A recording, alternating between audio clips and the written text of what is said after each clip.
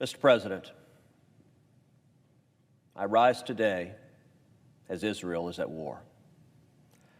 They are at war in response to a genocidal assault by the Iran terrorist group Hamas, an assault against Israel and against America, and against the citizens of dozens of other countries. The numbers are staggering. Over 1,400 Israelis killed, thousands more wounded, over 199 kidnapped. Alongside them, 30 Americans killed and about a dozen kidnapped. By far, one of the deadliest attacks against Americans in history. And so our Israeli allies are rightly going to war to eradicate Hamas. Mr. President, we often hear that Israel and the United States share the same interests and the same enemies. That when Israel fights for its own security, they are also fighting for ours. Rarely in history has that been so explicitly, horribly true. And let's be clear about what they are fighting against. What we saw on October 7th, in the early hours of Saturday, October 7th, was pure evil unleashed. Genocidal, exterminationist violence. Nazi tactics in pursuit of Nazi aims. Entire Israeli families were murdered in door-to-door horrors.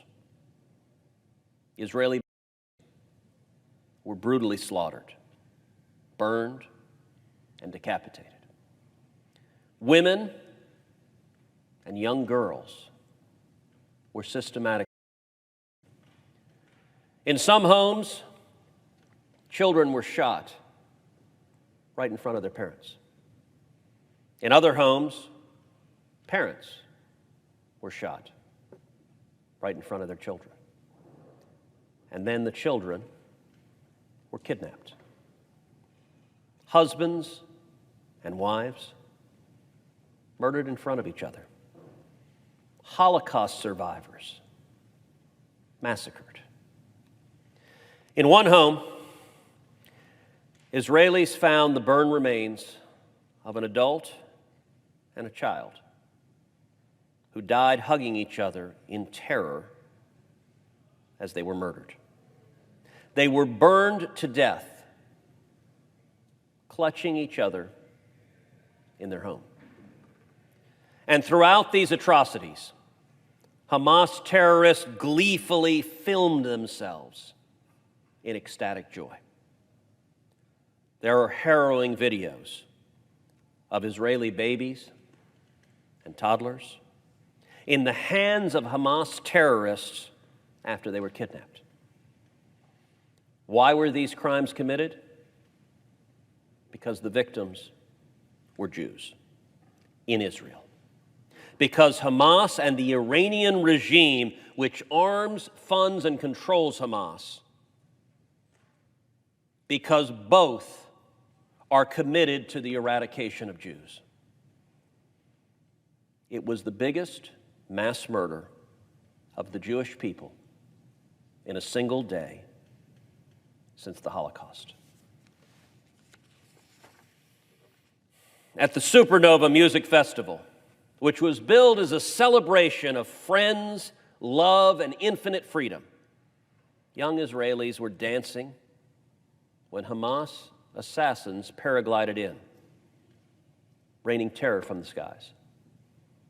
They shot at defenseless Israelis, murdering 260 of them. They systematically survivors. They shot those who were too brutalized to be moved, and they kidnapped others. At Kibbutz Be'eri, 120 people were murdered. Hamas terrorists infiltrated the kibbutz from several directions, and they went home by home, murdering people. One of the victims was Tom Hand's 8-year-old daughter, Emily, who was at a sleepover with her friends. Tom is a single father. His wife, Emily's mom, had passed away earlier from cancer. On that Saturday morning when Hamas invaded the kibbutz, Tom thankfully was able to get out alive. Emily was murdered. In another kibbutz, 16-year-old Rotem Matthias was with his parents, Deborah and Shlomi, when Hamas terrorists came into their home. The terrorists shot Shlomi in the arm, blowing his arm off. Deborah, heroically, shielded Rotem with her body to save him. Both of Rotem's parents were murdered. At kibbutz Nir Oz, Yarden and Shiri Bibas, along with their 3-year-old son and their 9-month-old son, they were all hiding in their home when Hamas terrorists entered. They took Shiri and her sons and they kidnapped them. No one has heard from Yarden. Shiri and her sons are now hostages in Gaza, as well as Shiri's parents. These were all by design. We know from documents discovered on terrorist bodies that their goals were to, quote, kill as many as possible and, quote, capture hostages. We know they sought out specifically children, and they went specifically to children's rooms. In the face of this evil, Israel must and Israel will defend herself. America's policy should be absolutely unequivocal to ensure that Israel has the military and the diplomatic support to utterly eradicate Hamas for as long as it takes.